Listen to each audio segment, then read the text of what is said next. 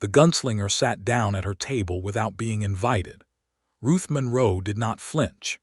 She did not reach for the shotgun she kept leaning against the wall beside the kitchen door, though her hand drifted close enough to the edge of the table that any reasonable person would have understood the implication. She looked at the man, dust-covered, dark-eyed, with a jaw that looked like it had been carved from the same red sandstone as the canyon walls outside, and she made a calculation. The kind of calculation that most women in Harlow, New Mexico territory, in the spring of 1883, would never have had the presence of mind to make with an armed stranger sitting 3 feet across from them. She set a plate anyway. It was beans and salt pork and a wedge of cornbread, and she placed it in front of him with neither ceremony nor apology, and then she sat down across from him and resumed eating her own supper as though nothing unusual had happened at all.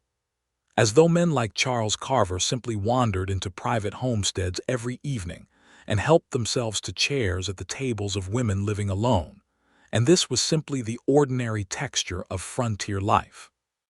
He stared at the plate, he stared at her, she did not look up. "You know who I am," he said. It was not a question. His voice was low, roughened by years of trail dust and silence. "I know exactly who you are," Ruth Monroe said, and she sopped a piece of cornbread in the pot liquor on her plate. "Charles Carver. The papers out of Santa Fe said you killed 4 men in the Cimarron Valley 3 weeks ago. The marshal in Harlow has a notice on you dated from last November.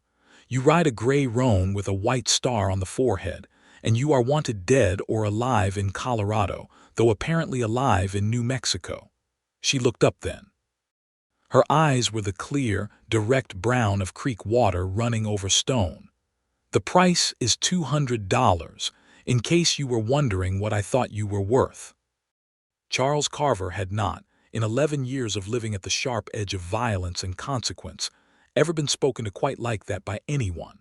Not by lawmen, not by bounty hunters, not by the men he had ridden with in the lean and lawless years before he had finally ridden away from all of it, and most certainly not by a woman alone in a homestead kitchen with a single lantern burning and the vast dark New Mexico night pressing against the windows. He thought about that moment for weeks afterward. For months, if he was being entirely honest with himself. And Charles Carver, for all his many flaws, had always been constitutionally incapable of lying to himself. It was one of the things that had made his life considerably harder than it needed to be. But that came later. The thinking came later. First there was the night itself, and the plate of beans, and Ruth Monroe's steady eyes across the table. She had been in Harlow for 3 years by the spring of 1883. She had arrived in the fall of 1880 from St. Louis, Missouri, which was itself something of a story, because women did not generally travel alone from St. Louis to the New Mexico territory unless they had very specific and pressing reasons for doing so. Ruth Monroe had several, though she shared them with almost no one. She had been, in her former life, a surveyor's apprentice. This was an occupation so unusual for a woman in 1880 that it requires some explanation. Her father, Thomas Monroe, had been a government land surveyor operating out of the General Land Office in St. Louis, and he had no sons. What he did have was a daughter with a mind like a steel trap and an appetite for mathematics that surpassed anything he had ever seen in 20 years of training male apprentices. He had taught her everything: triangulation, theodolite operation, chain measurement, the reading and drafting of plats and field notes, the legal framework of the public land survey system.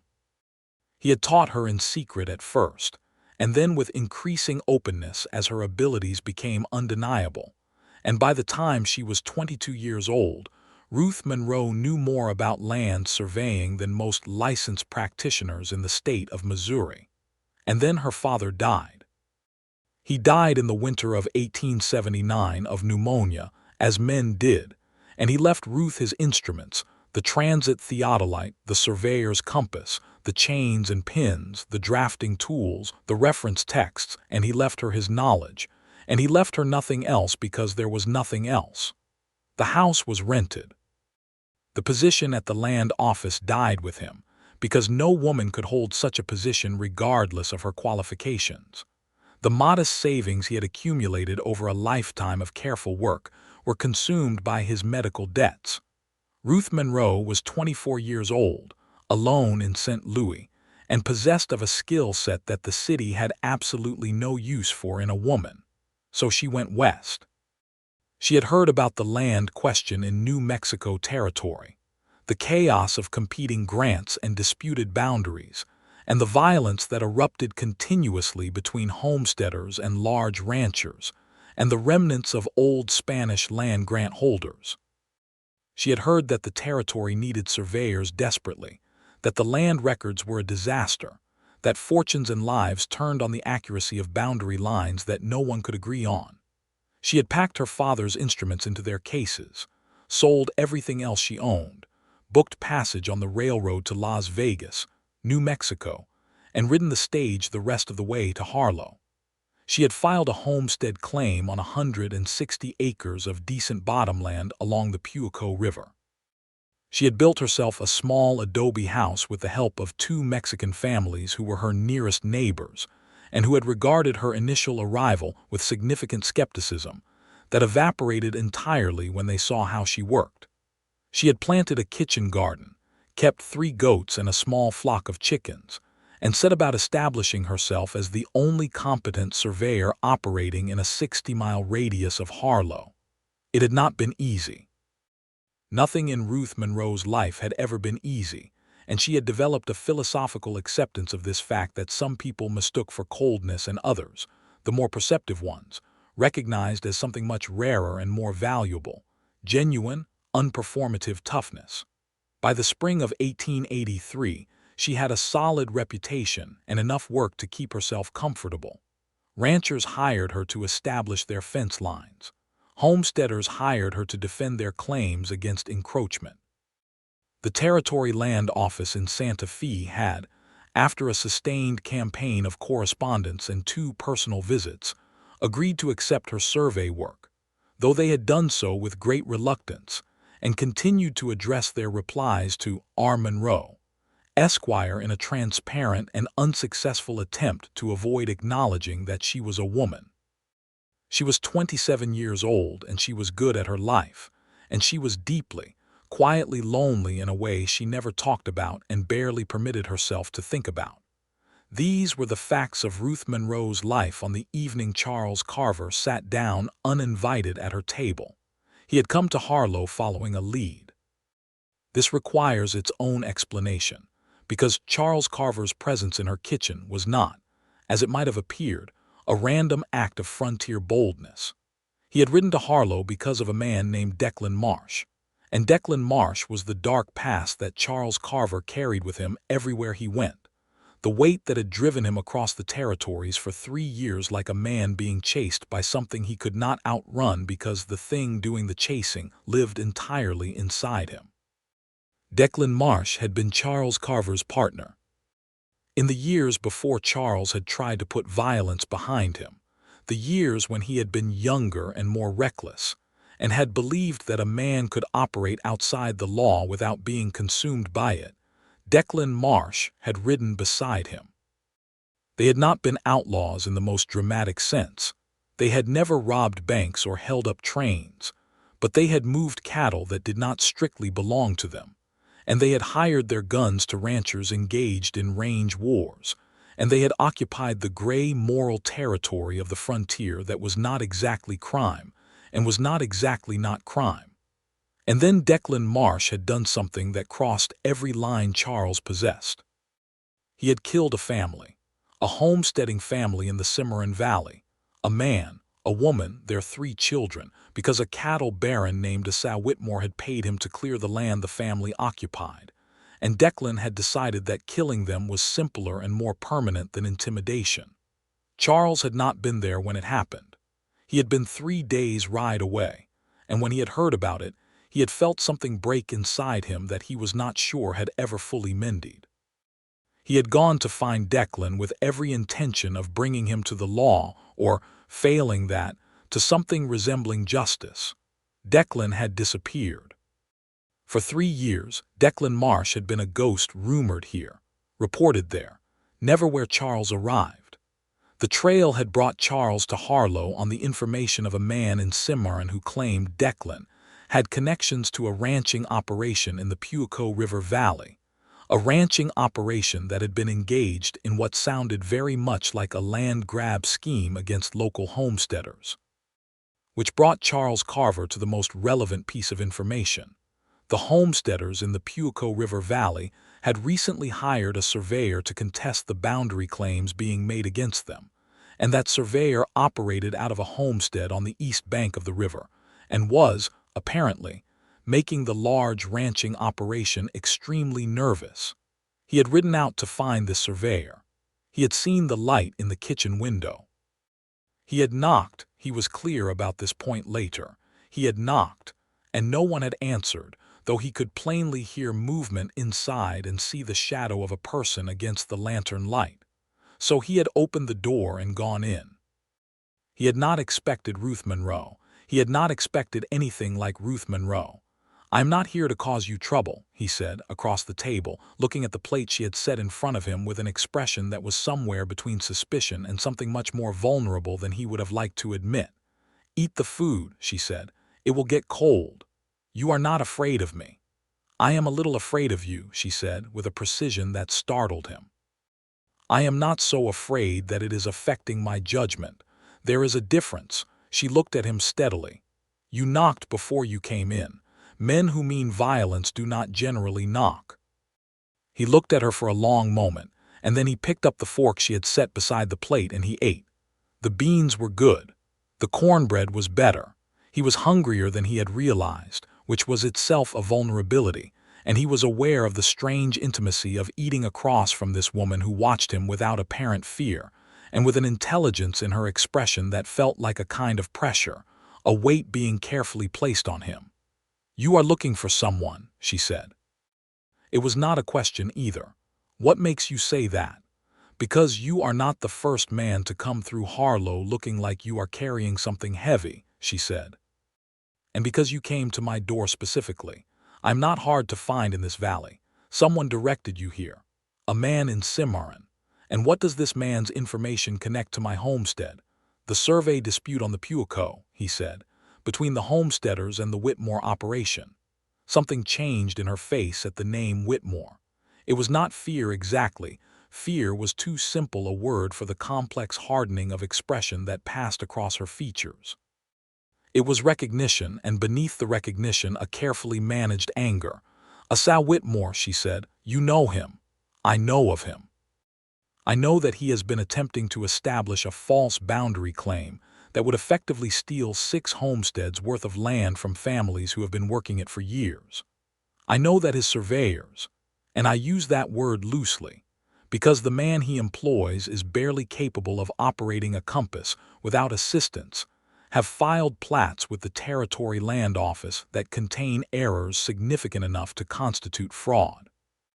I know that 2 of the homesteaders who were most vocal in contesting his claims have experienced what I will generously call bad luck in recent months. One lost his barn to a fire that may or may not have been accidental. Another was shot at while riding his fence line." She paused. "And I know that Asa Whitmore has a history in the Cimarron Valley that predates his arrival in this part of the territory." Charles put down his fork. "What kind of history?" he asked, though something in him already knew.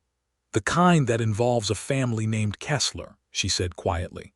"A homesteading family that was killed 3 years ago. My client Jakob Hofer is the brother-in-law of the woman who died. He came to this valley to start over, but he has not forgotten, and he has been gathering information for 3 years." She met Charles's eyes directly. "He told me everything he knows about Asa Whitmore, including the name of the man Whitmore hired to do what was done to the Kessler family." The kitchen was very quiet. Outside, a coyote called somewhere along the river, and the lantern flame swayed in a draft from the window gap. "Declan Marsh," Charles said. "You know that name," Ruth said. She was watching him with that precise, analytical attention that made him feel uncomfortably, as though she could read the interior of him the way she read a survey plat, quickly, accurately, and with a complete understanding of what the lines meant. "He was my partner," Charles said, "before, before, before I knew what he was capable of." Ruth Monroe looked at him for a long time without speaking. This was one of the things about her that Charles would think about later and keep thinking about. Her silences were not passive. They were active and deliberate, and they created a kind of space in which a person felt invited to be more honest than they had intended to be. "You have been looking for him," she said at last. "Not for the reward, for something else." "Yes. What will you do when you find him?" "Make sure he faces what he owes," Charles said. "One way or another." She considered this. "The legal way or the other way. The legal way if the law will have him. Declan is clever about not leaving clean evidence." He looked at her steadily. "That is why I came to find the surveyor, because the survey dispute is the thread. If Whitmore is operating another land grab scheme with Declan as his instrument, there will be evidence in the land records, in the plats, in the field notes." Ruth Monroe sat back in her chair, and the quality of the silence between them shifted, and Charles realized with a start that something had kindled in her expression. Not warmth exactly, not yet, but a kind of alert interest, the way a person looks when they discover that a problem they have been turning over alone suddenly has a new dimension that might make it solvable. "You understand land records," she said. "Enough to follow a thread. Whitmore's surveyor filed 3 plats with the Territory Land Office over the past 8 months," she said. "I have copies. I have been preparing a counter-survey that demonstrates the errors, demonstrates them mathematically, so definitively that they cannot be dismissed as judgment differences. I have been preparing it for 4 months." She paused. "I have also found something I did not expect to find." "What?" She stood and went to a cabinet against the wall, and came back with a roll of drafting paper and a leather-bound notebook. She spread the paper on the table between them, a survey plat, covered in precise lines and notations in a small, extraordinarily neat hand, and opened the notebook beside it. "Here," she said, pointing. "This is Whitmore's filed boundary claim for the east section of his range. His surveyor used Pinon Hill as a permanent monument, a fixed reference point. Do you see?" Charles leaned over the plat. In the lantern light, the lines were clear and exact. He was not an expert, but he had spent enough time moving through this landscape to understand the geography represented on the paper. "Here is where the problem is," Ruth continued, her voice shifting into the crisp, focused register of someone who spends most of their interior life in the precision of their discipline. "Pinon Hill has been used as a monument because it is visible from a long distance and appears stable. But this—" She opened the notebook and turned to a page dense with calculations. "These are my measurements, taken at 3-month intervals over the past year. Pinon Hill is not stable. It is a caliche cap over an arroyo fill, and the arroyo has been undercutting it from the south. I measured a shift of 11 inches between my first and second reading, and 14 inches between my second and third." Charles stared at the numbers. "The monument has been moving." 11 inches does not sound like much," Ruth said, and her eyes were bright with the particular intensity of someone describing something they find genuinely beautiful in its implications. "But in survey terms, at the distance being measured, an 11-inch error at the monument translates to a boundary displacement of approximately 340 feet at the far end of the claim." She looked at him. 340 feet, across 6 miles of river bottom, encompasses every one of the homesteads being disputed. The silence held for a full second while Charles absorbed this. "Whitmore is not just using a false claim," he said slowly. "He is using a monument that he knows is moving, which means the boundary will keep shifting in his favor for as long as the arroyo keeps cutting. Yes, and if you file your claim based on a moving monument and then argue that the monument has always been where it currently sits, you never have to do anything overtly illegal.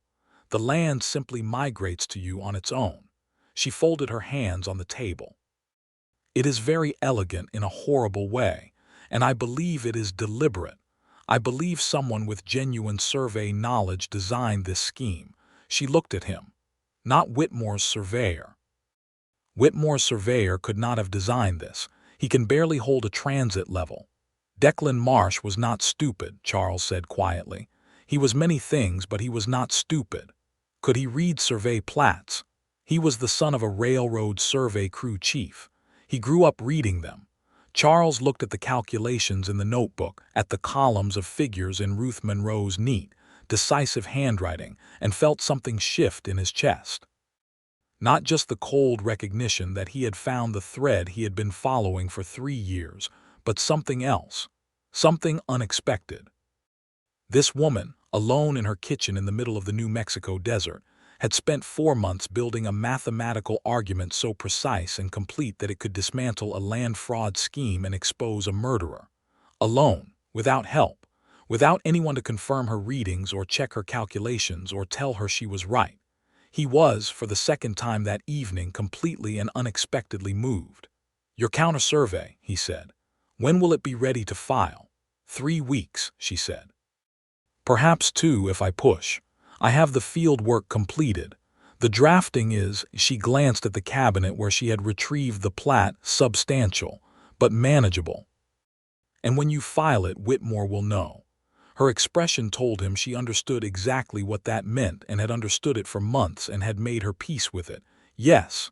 The homesteaders who contested his claims already had bad luck. You will have the same kind of bad luck when you file." "I expect so," she said simply. "I have made arrangements." "What kind of arrangements?" "The kind that involve being a very poor target," she said, and her voice had a dry, unamused humor in it that Charles found. He could not help it genuinely appealing. "I do not intend to be found where I am expected to be." He looked at her across the table, across the plat and the notebook and the remnants of the meal she had set for him without being asked, and he thought, "This woman has been sitting alone on this problem for months, building a case that could get her killed, and she has not flinched or folded or asked anyone for help because she does not believe help will come." "I could help," he said. Ruth Monroe looked at him with a careful, measured wariness that he found entirely appropriate. "Why?"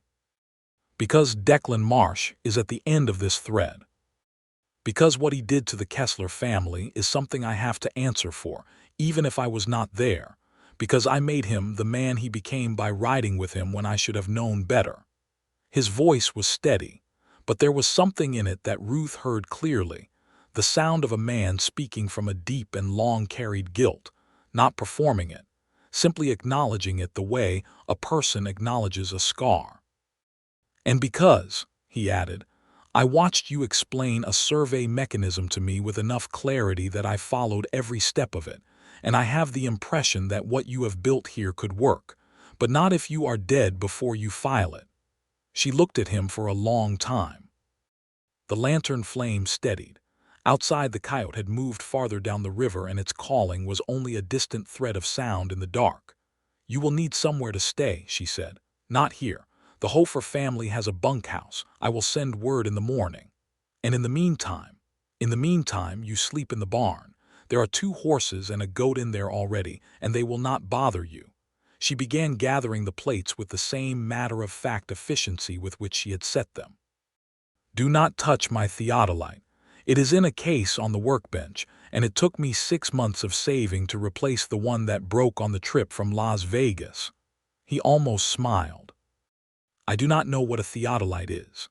"Then you will definitely not touch it," she said, and that was very nearly a smile as well, and Charles Carver carried it out to the barn with him and lay on the straw in the dark and looked at the ceiling and thought about it for a long time before he slept. He went to the Hofer place in the morning. Jakob Hofer was a broad, weathered man in his 40s with the particular kind of quietness that belongs to people who have survived grief that would have broken someone else. He shook Charles's hand, looked him in the eyes with the assessment of a man who knows how to evaluate another man's character because his life has depended on it, and then he showed him the bunkhouse and said, "Ruth Monroe told me you might be useful. She does not say that about many people." She said you have been gathering information about Whitmore for 3 years, Charles said. For Declan Marsh, Jacob corrected quietly. Whitmore is money and ambition. Marsh is the reason my sister-in-law's children are buried in Cimarron County. He paused. You rode with Marsh. I did. And you did not know what he was. Not until too late. No. Jacob Hofer looked at him for a long moment. Then you and I have something in common, he said. We both have something to settle. Over the following 2 weeks, Charles established himself as a presence in the valley with the careful, methodical approach of a man who has spent years operating in landscapes where the wrong move gets a person killed. He rode the fence lines of the 6 disputed homesteads, mapping the geography in his mind with the same patience that Ruth applied to her survey instruments. He identified 3 places where the terrain would funnel anyone approaching from the Whitmore Range, and he left word with each family about how to signal trouble. He also spent time, more than he had anticipated, at Ruth Monroe's kitchen table, not eating, though she fed him when he arrived, with the same practicality with which she had fed him that first evening. Working.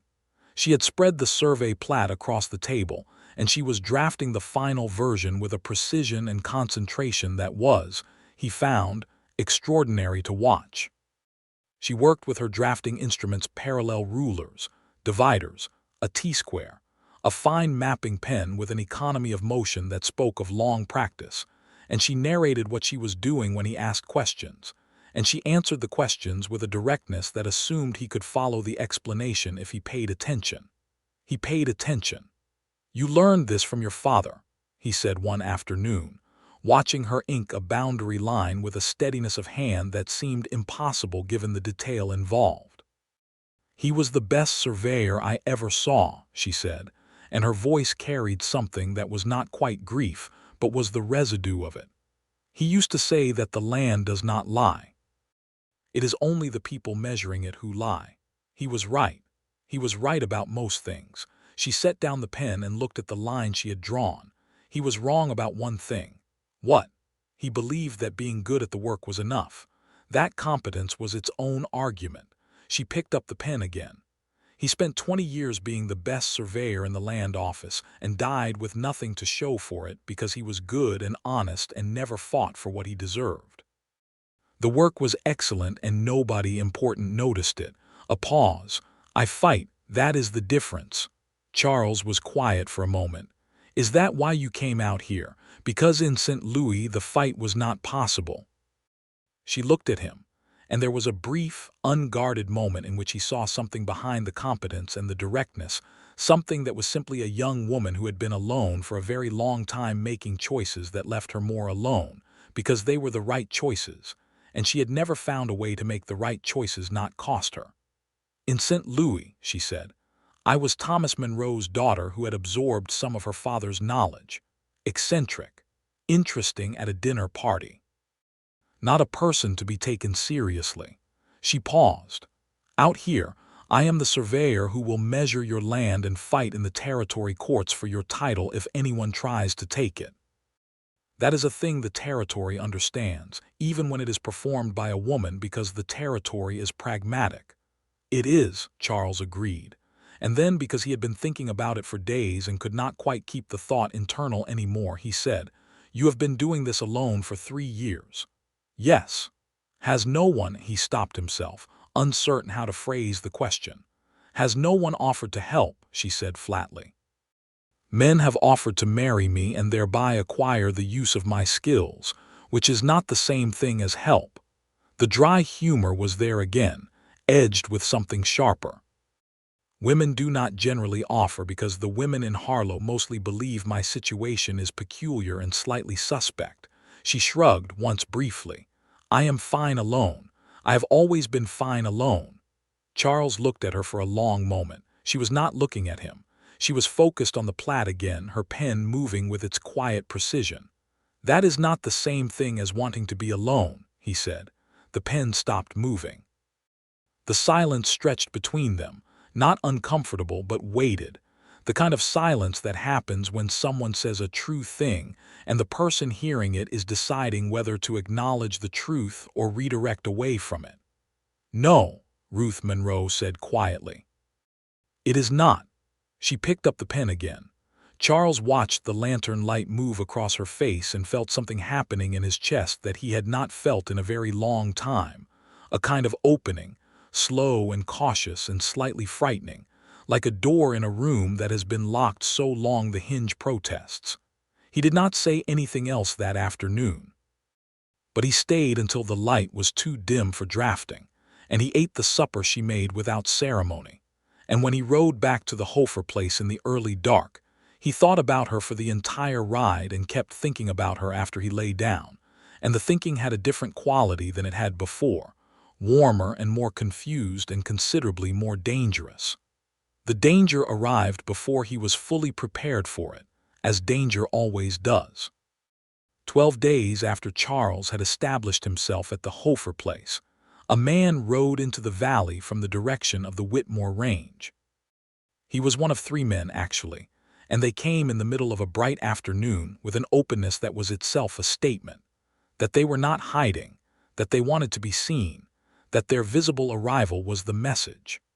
Charles was at the Hofer fence line when Jacob's youngest son rode out to find him, a boy of 12 named Peter who rode like he had been born on a horse, and who delivered the news with the curt efficiency of a child who has grown up in a place where news is often bad. 3 riders from the Whitmore direction, Peter said. Papa says they went to the Monroe place first. Charles was already turning his horse. How long ago? 20 minutes. He pushed the horse hard across the river flat and came up to Ruth's homestead at a pace that raised dust and alarmed the chickens in their yard. He pulled up short of the house and was assessing the situation before he had fully stopped 3 horses tied at the fence post. No sounds of distress, the front door standing open to the warm afternoon.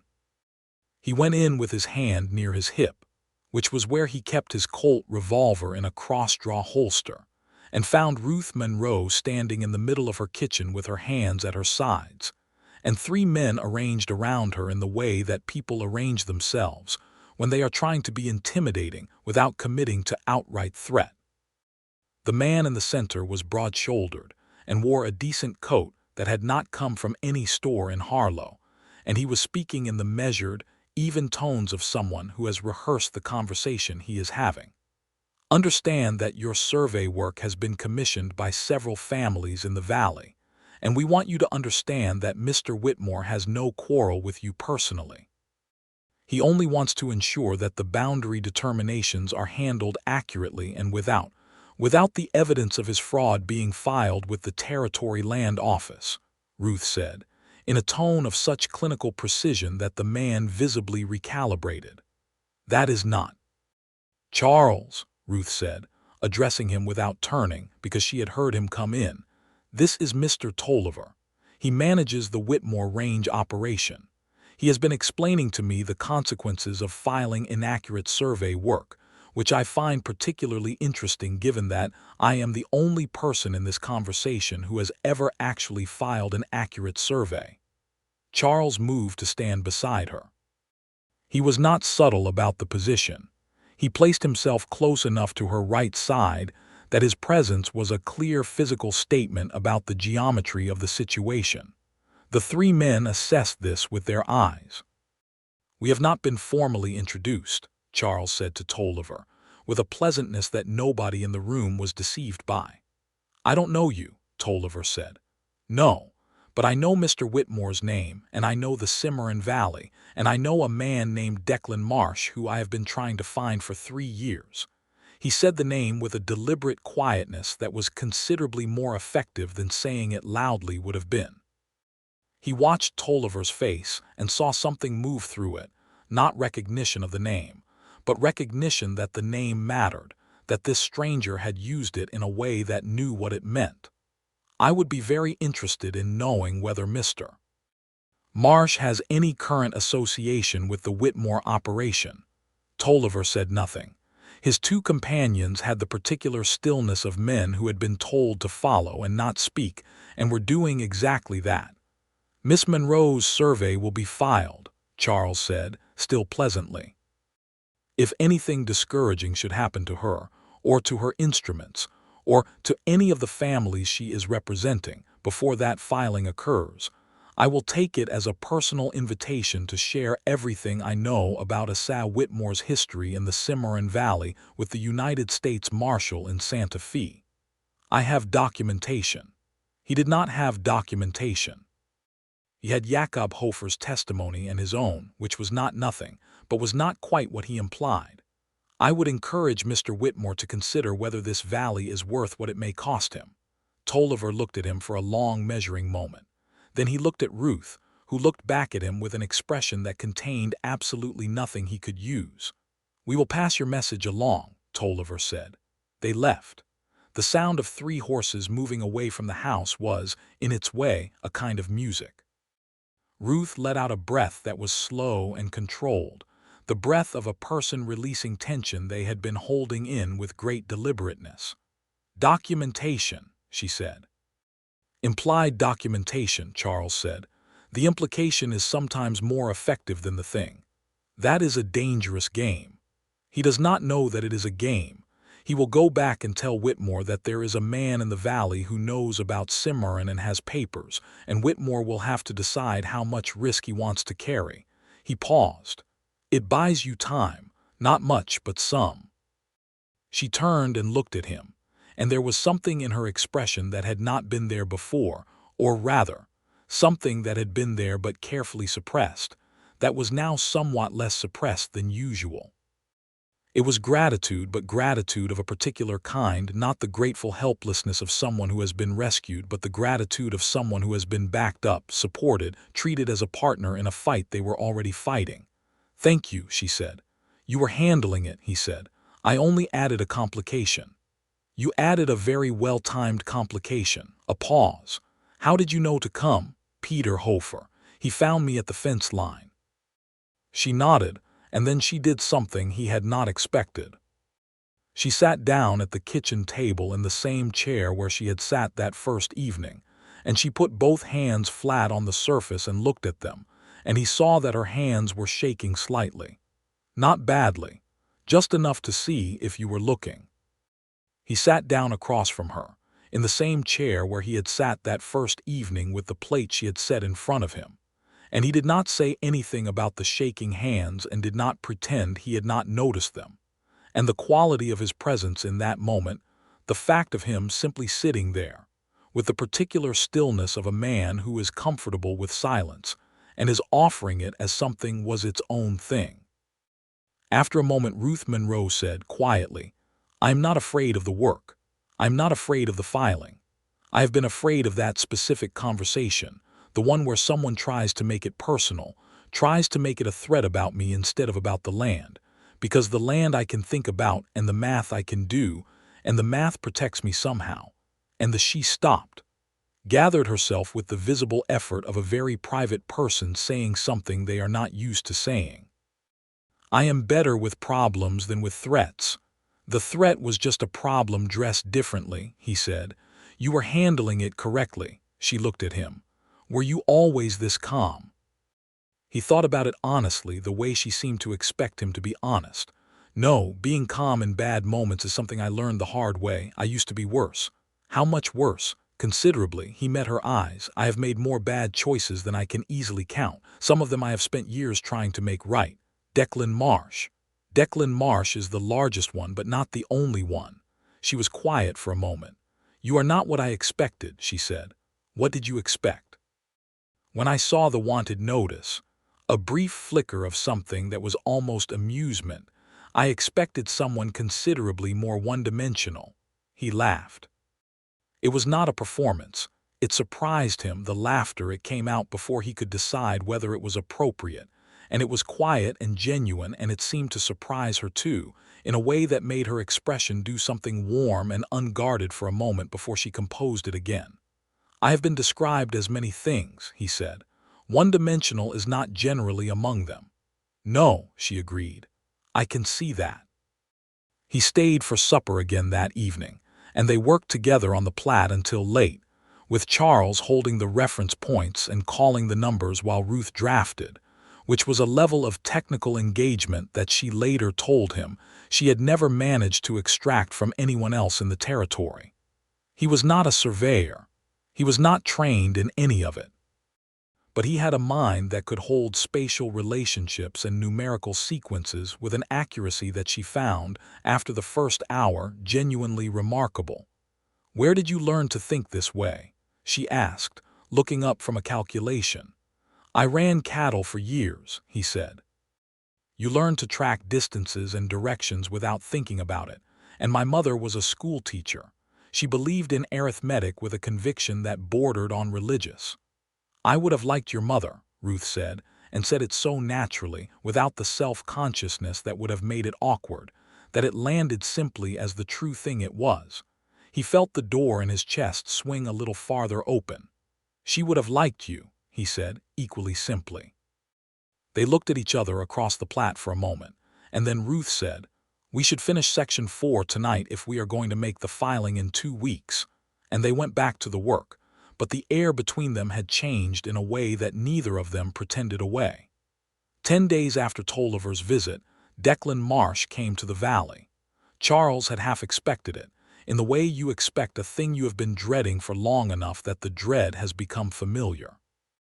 He had been wondering whether the implied threat about documentation would hold Whitmore at bay long enough for Ruth to file, or whether it would instead provoke a more decisive response. The more decisive response, it turned out, was Declan. He came alone, which was also something Charles had expected, because Declan had always preferred to operate alone when the situation permitted it. He was a small, wiry man with a quick, careful intelligence in his face that had always made him seem younger than he was, and which had served him well in the business of not being caught. He arrived at the Hofer place at midday, which was audacious in the way that only very confident or very reckless people are audacious. Charles was in the yard when Declan rode up, and they looked at each other across the distance for a long moment before Declan dismounted. "Charles," he said, with the easy familiarity of a man who believes that familiarity is a kind of armor. "Declan," Charles said. He kept his hands loose at his sides.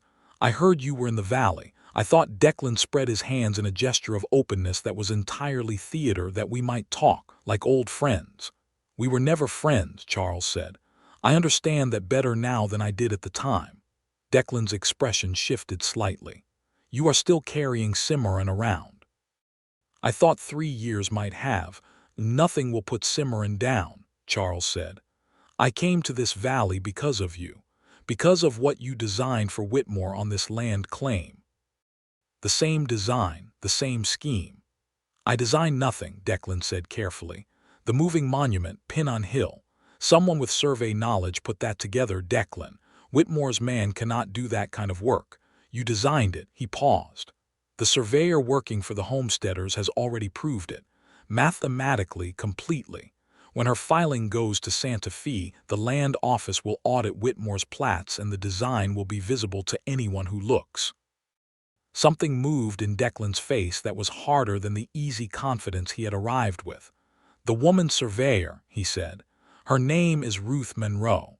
She should have been discouraged months ago. Tolliver is." "Tolliver came to discourage her," Charles said.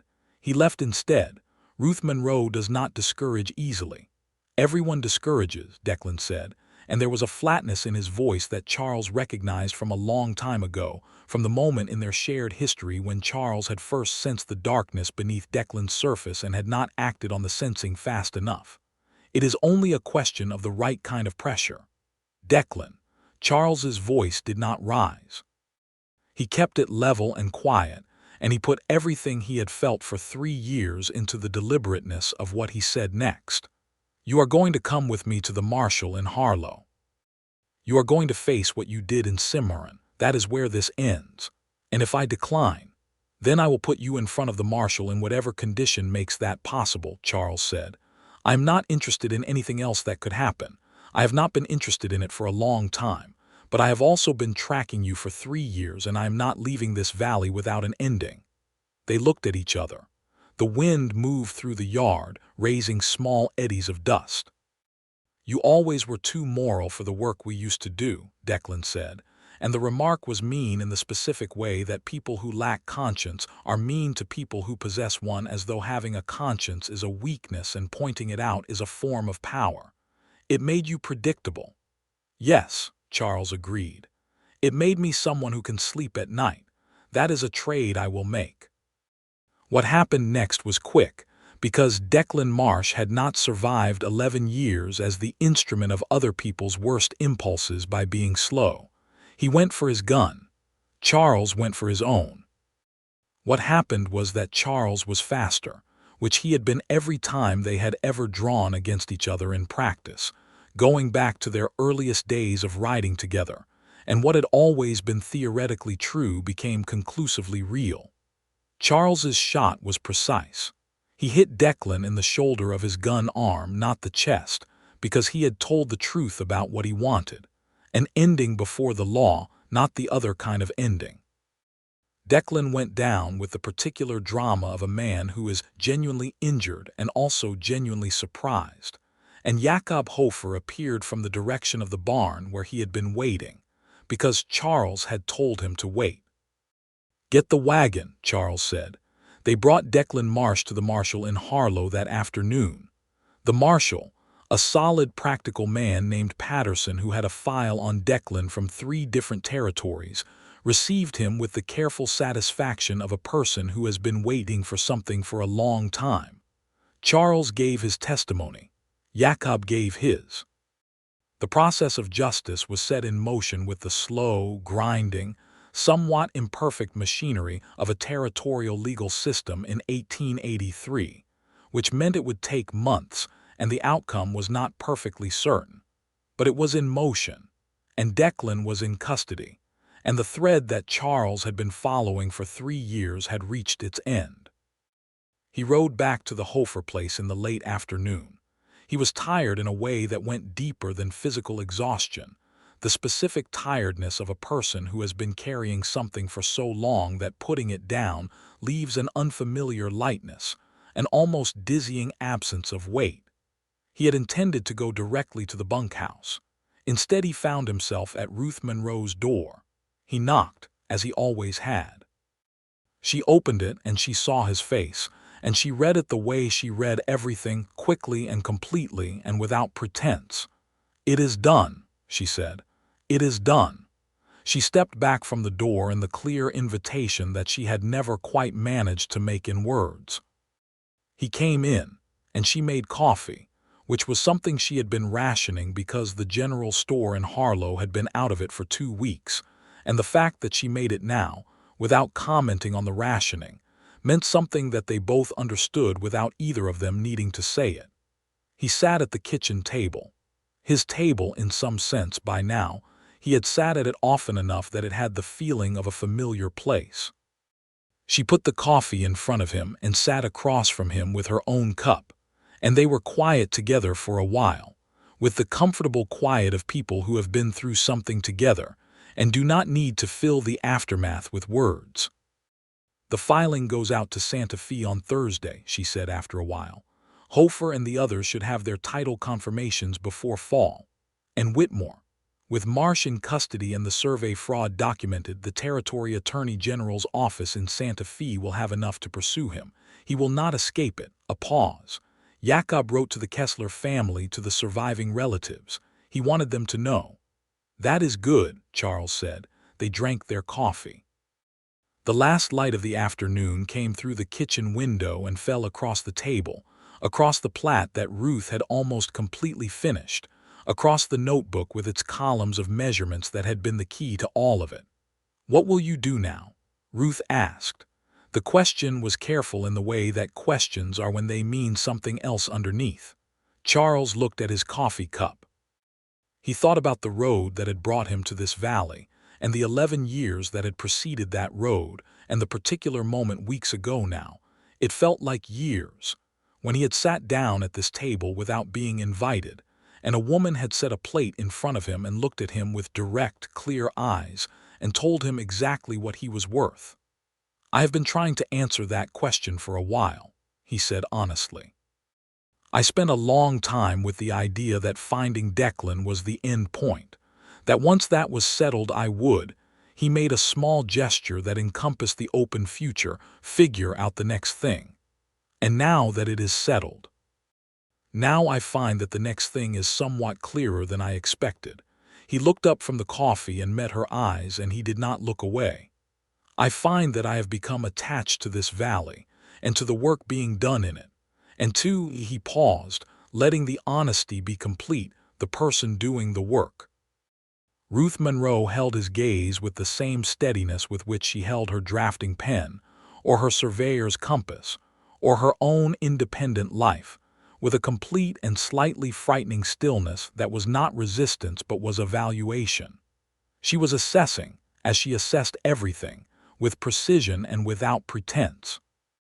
"You should know," she said carefully, "that I am not a person who requires or would tolerate being managed." "I would never try to manage you," he said, and meant it absolutely. "I have watched you for 3 weeks build something that is going to hold up in a federal land court against the full force of a wealthy man's lawyers, alone, with your own instruments and your own mind, and what I feel about that is not the desire to manage it. It is more like," he searched for the right word, admiration. "That specific kind of admiration that is close to the thing you feel when you understand that someone is better at a particular thing than you will ever be, and instead of threatening you, that is the thing you find most compelling about them." Something in Ruth's expression changed. Not dramatically, she was not a dramatic person, but something that had been carefully held became slightly less held. "I have been alone for a long time," she said. "I am comfortable with it. I have made a life from it. I know." "I am not saying that as a rejection," she said, with the particular bluntness that was, he had come to understand, her version of vulnerability. "I am saying it because you should understand what it means if I say that I would like you to stay. It means something I do not say often. It means I am choosing, deliberately, with full awareness of what I am doing." Charles felt the door in his chest swing all the way open. "I would like to stay," he said. They were quiet again for a moment. Then Ruth said in a different voice, lighter and somewhat self-conscious in a way that was endearing precisely because it was uncharacteristic, "You will need legitimate work. I will not have a man staying on my land who is not pulling his weight. I have some money put by, enough to file a homestead claim of my own, and I can work cattle. I have done little else for most of my life." He paused. "I could also learn surveying." She looked at him with an expression that was evaluating but also, beneath the evaluation, quite amused. "You cannot be my apprentice," she said. "That would be strange. I could be your assistant, someone to hold the rod and read the chain and carry the equipment through difficult terrain. It does not require the skill, only the willingness. And you are willing." "To spend my days in the landscape of New Mexico territory in the company of the most interesting person I have met in 11 years of traveling this country. Yes," he said simply, "I am very willing." Ruth looked at him for a long moment.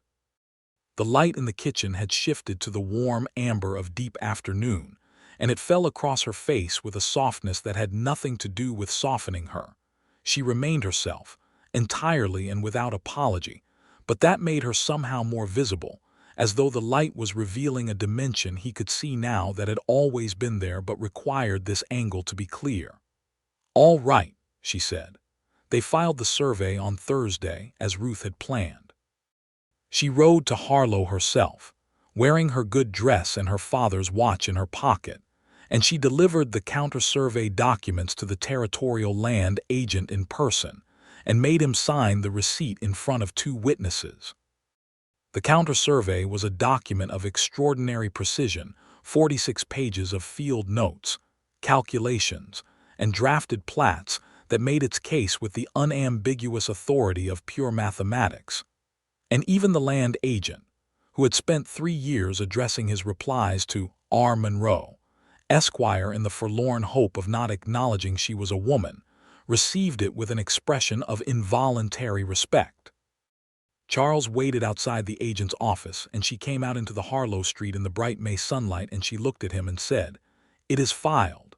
And he stepped off the boardwalk and stood in front of her, and she looked up at him. She was not short, but he was considerably taller, and he said, "I would like to, with your permission, be very glad about this."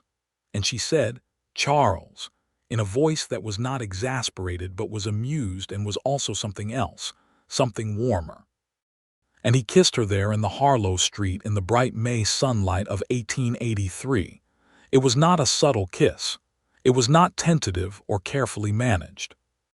It was the kiss of two people who have been circling something true for weeks and have finally landed in it. And Ruth Monroe kissed him back with the same decisive competence she brought to everything she did. And when they separated, she looked at him with eyes that were entirely clear and said, "I think that was probably noticed by everyone on this street." "I expect so," he said. "Good," she said, which surprised them both equally. And then she laughed genuinely, freely, without the dry restraint that usually edged her humor. And Charles thought that the sound of Ruth Monroe laughing was something he was going to spend the rest of his life finding reasons to generate. He filed his own homestead claim the following week, on 160 acres adjacent to Ruth's land on the north side, which shared a fence line and gave him access to the same water from the Puico River. He put up a small structure, a one-room adobe, functional and nothing more, that was technically his residence, and was in practice rarely used as anything other than storage for his saddle and spare equipment, because he spent most of his evenings at Ruth's kitchen table, and most of the ensuing months learning, slowly and with genuine effort, how to be present in someone's life without taking up more of it than was welcome. This was, he discovered, something Ruth Monroe had thought about very carefully. She valued her independence with the intensity of a person who had paid for it dearly, and she was not casual about protecting it. And there were evenings when she worked alone and did not want company and said so without apology. And Charles honored this completely because it was not rejection, but simply the structure of who she was. And the structure of who she was the thing he had fallen in love with, so there was no logic in resenting any part of it. In the months after the filing, the territory investigation into Whitmore's land fraud progressed with the speed characteristic of government processes, which is to say considerably more slowly than anyone involved would have liked. By September, the Territory Attorney General had formally charged Whitmore with land fraud and conspiracy. By November, 3 of the disputed homesteads had received confirmed title decisions from the land office, with the remaining 3 following in January. Asa Whitmore, faced with the prospect of a federal trial, reached a settlement that involved relinquishing his boundary claims and paying a substantial monetary penalty to the affected homesteaders, including Jakob Hofer, who accepted the money quietly and sent most of it to the Kessler family's surviving relatives in Cimarron. Declan Marsh was tried in the New Mexico Territorial District Court in the spring of 1884 on charges including conspiracy and murder. Charles's testimony was central to the case. He gave it plainly and without embellishment, recounting what he knew of Declan's actions and his own prior association with him. And when the prosecutor asked him why he had spent 3 years pursuing the case, he said, "Because some debts are owed to the dead and cannot be discharged any other way." And the courtroom was very quiet for a moment after that. Declan Marsh was convicted and sentenced to life in the territorial prison in Santa Fe. Charles walked out of the courthouse into the bright March sunlight and found Ruth waiting for him on the steps. She had been in the courtroom for the verdict, sitting in the gallery with her hands folded in her lap and her back straight, and she took his arm without being asked, which was an eloquent gesture from a woman who was not given to eloquent gestures of that kind, and they walked away from the courthouse together without speaking, and neither of them needed to say anything. Charles Carver proposed to Ruth Monroe in May of 1884, exactly 1 year after she had set a plate in front of him without being asked. He did not make a production of it. He was not a man given to productions, and she was not a woman who would have appreciated one. He did it at the kitchen table, in the evening after supper, with the survey plat she was working on spread between them the way a plat always was, and he said, "I have been thinking about what the most precise and honest way to say this is, and I have decided that the precise and honest way is simply to say it." And then he said, "I would like to marry you, Ruth, if you are willing. Not because I want to manage your life or your work or any part of you.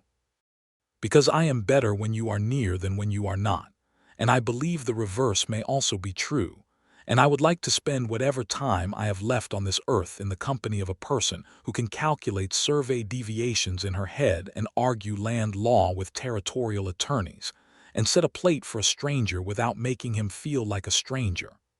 Ruth put down her pen. She was quiet for a moment, and he could see her thinking, not hesitating, not drawing back, but thinking in the focused, complete way she thought about everything important. "The reverse is true," she said. "I am better when you are near." A pause. "I want to keep my name professionally.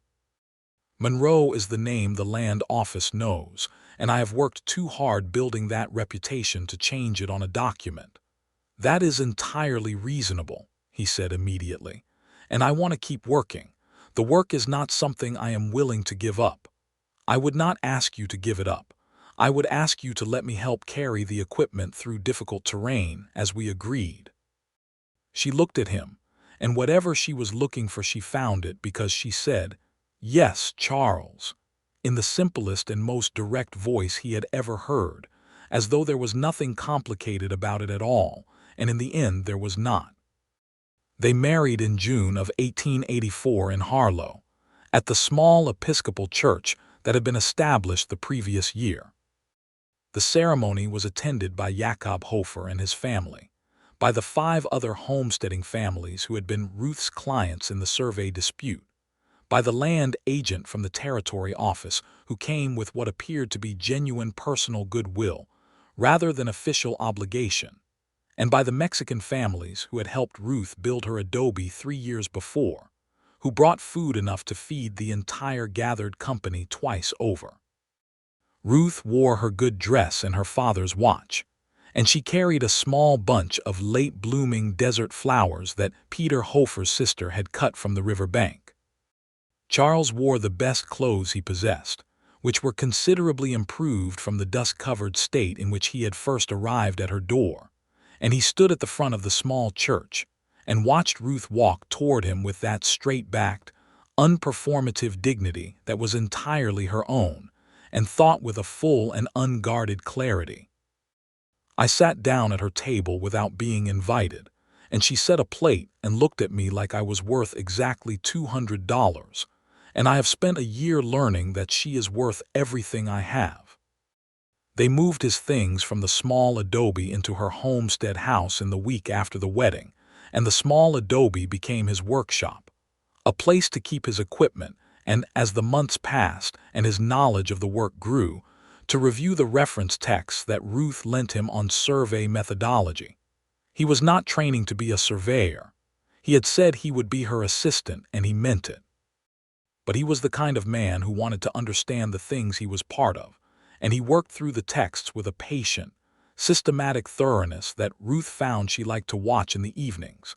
This man who had ridden 11 years through violence and consequence, now sitting at her table with a textbook on geodetic triangulation, and following it with the focused attention of someone who has decided this is where his life is going. The survey work continued to grow.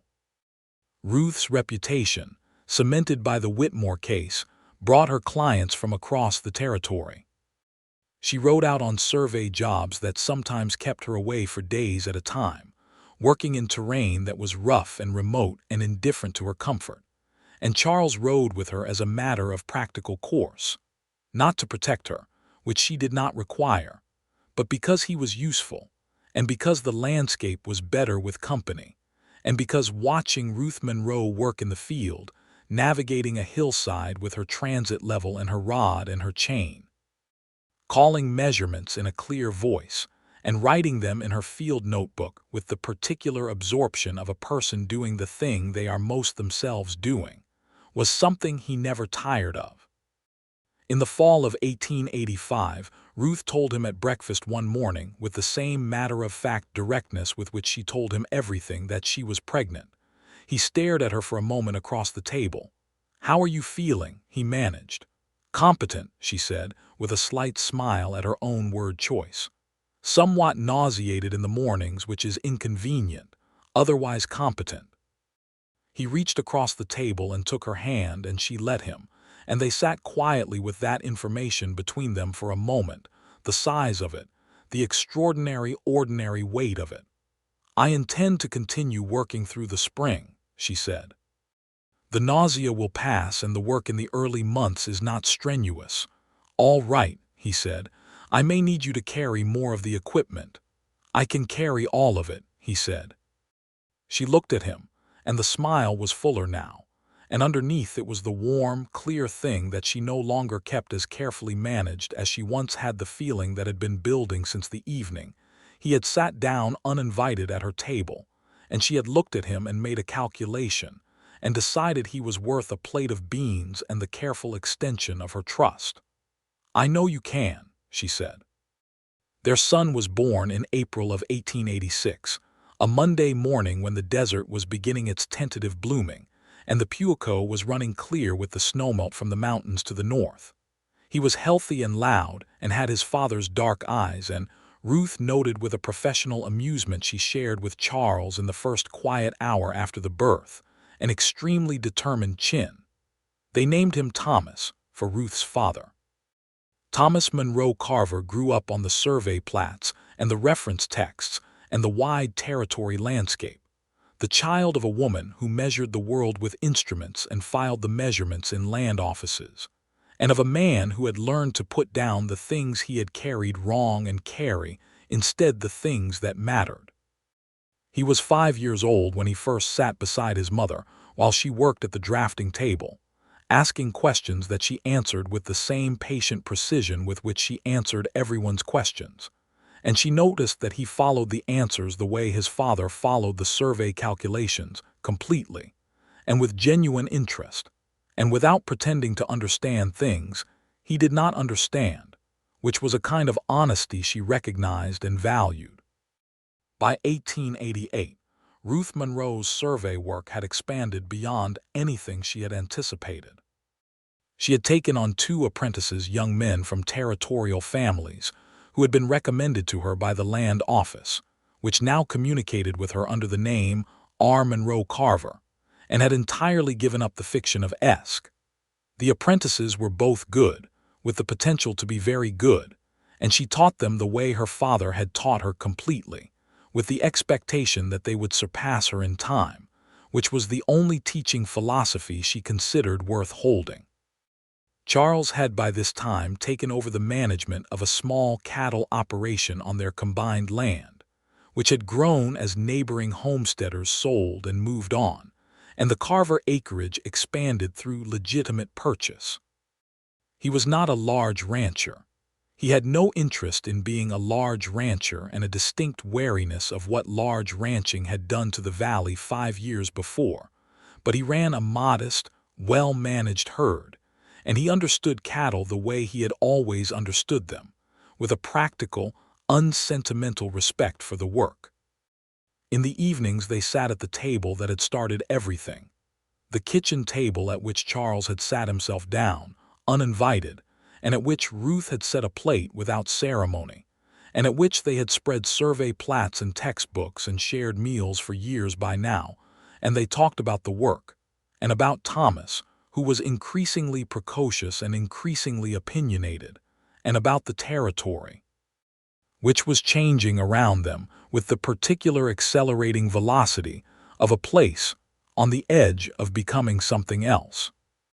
New Mexico Territory was not yet a state. Statehood was still years away, a long and contentious political process, but it was becoming more ordered, more populated, more connected by rail and telegraph to the larger world.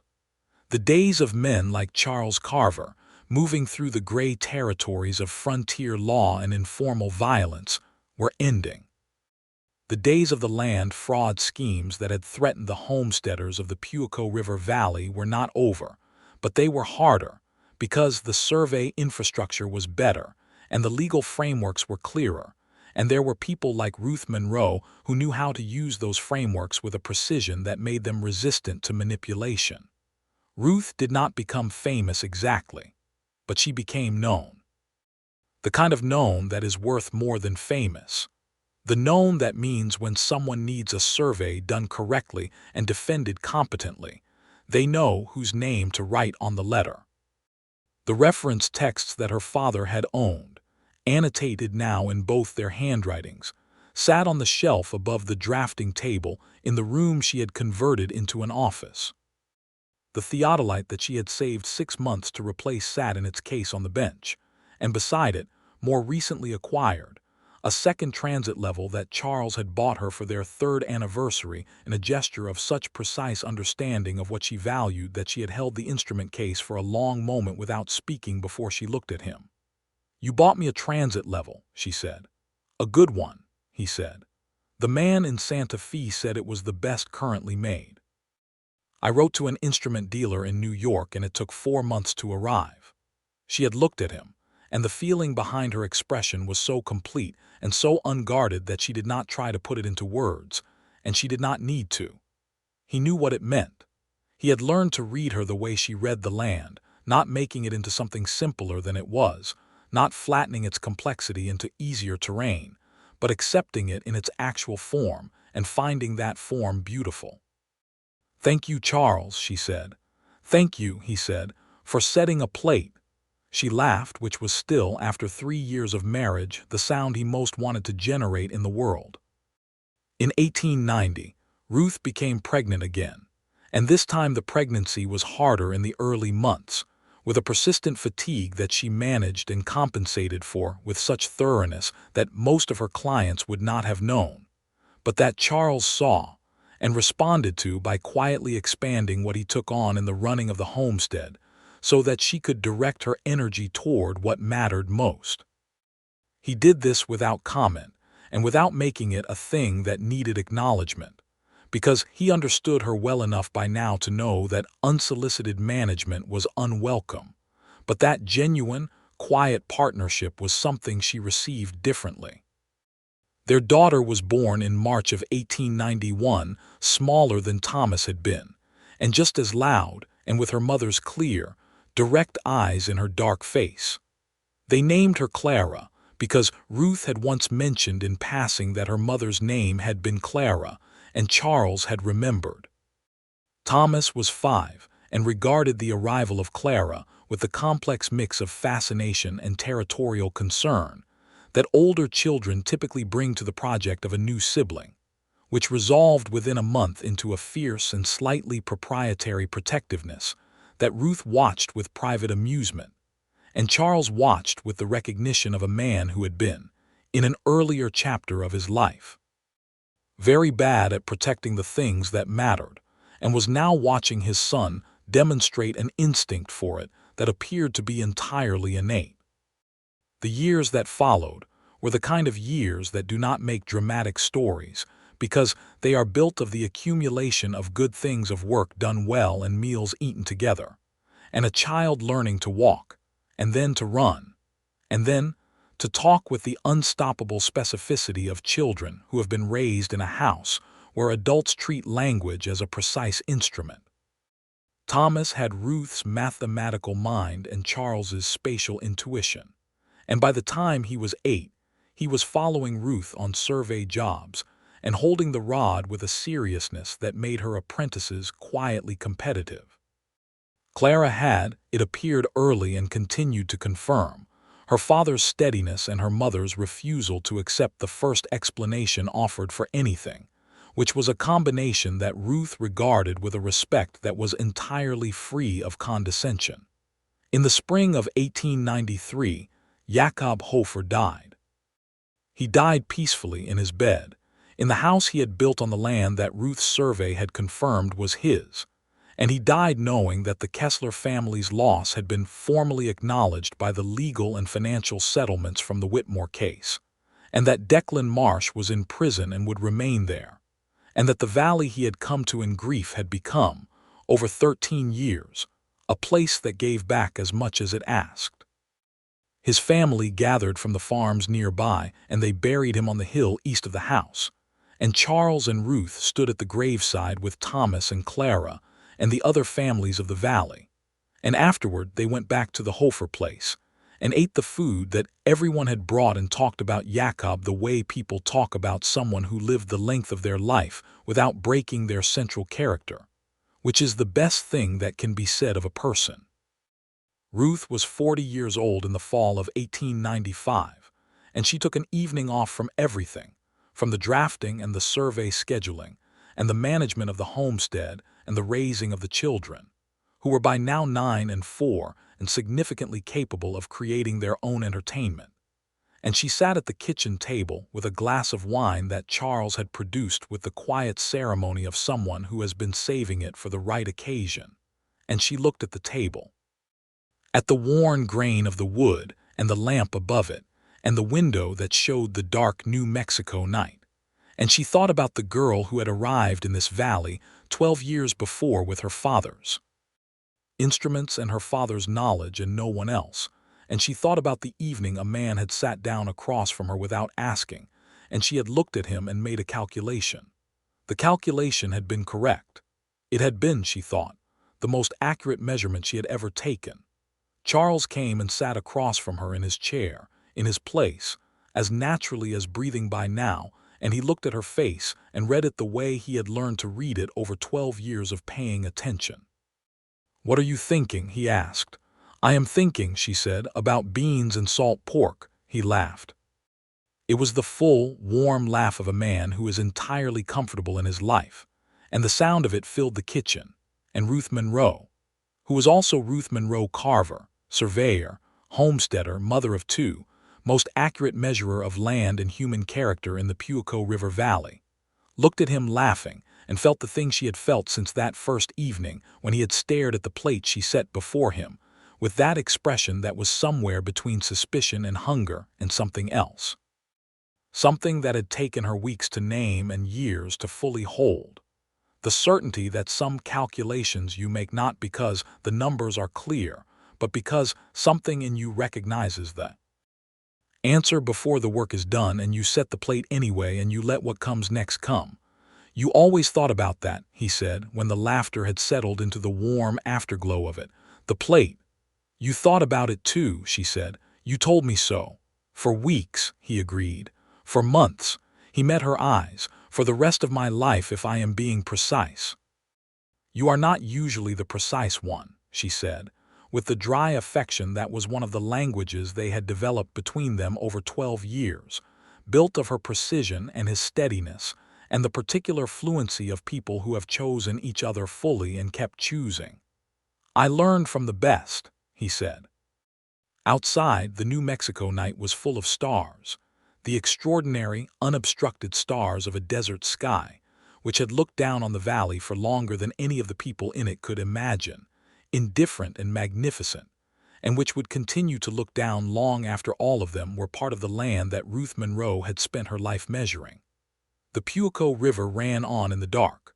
Over the same stones it had always run over, carrying snowmelt from the mountains toward the distant sea.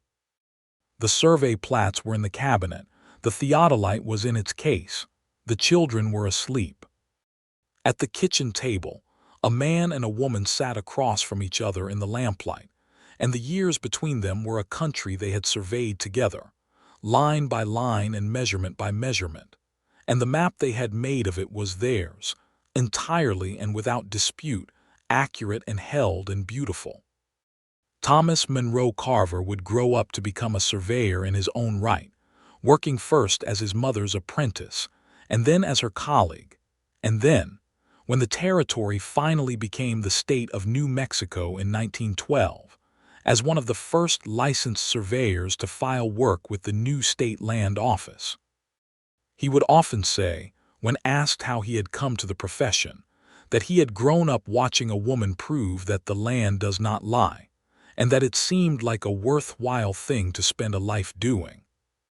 Clara Carver would grow into her mother's eyes and her father's steadiness and a sharp, specific intelligence for the law that took her, eventually and after considerable effort, to a legal education and a practice that specialized in land title disputes in the Southwest, a specialty she had chosen, she said, because she had grown up hearing the story of 6 homesteading families and a survey plat that had saved their land, and she wanted to be, in whatever way she could, the person who held that kind of ground for people who could not hold it alone.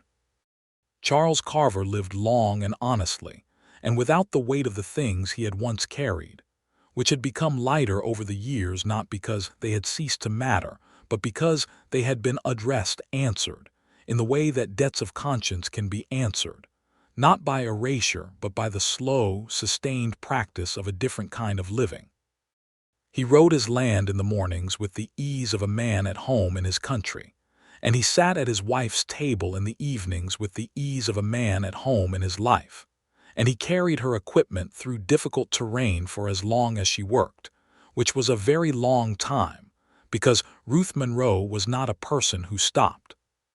Ruth Monroe, surveyor, homesteader, mother, wife, the most accurate measurer in the Puico River Valley, worked until she was past 70, her eyesight still strong, her hand still steady on the pen, her judgment still the best in the territory that was now a state. She filed surveys for homesteaders and ranchers and the state government and small claim miners and old Spanish land grant holders trying to defend their titles in the modern courts. And she won more cases than she lost, because the land does not lie, and she had spent 50 years learning to speak its language without error. On the evening of her 72nd birthday, she sat at the kitchen table, the same table, refinished twice and still bearing the grain and character of 30 years of use, and Charles sat across from her, and the lamp was on, and the New Mexico night was outside the window, and it was exactly as it had always been, the two of them across from each other in the light. "Beans and salt pork," she said. "I could make it," he said, "if you wanted." She looked at him, at this man she had looked at across this table for 31 years, at the face that had been young and then middle-aged, and was now old in the way that faces are old when they have been outdoors and alive for a long time, marked by weather and laughter and the lines of a person who has felt things deeply and not looked away from them. "I set a plate for you," she said, "once." "You did," he said, "and I thought about it for weeks." "You told me." A pause. "I thought about it too." "What did you think?" She considered the question with the same careful honesty she brought to every question worth asking.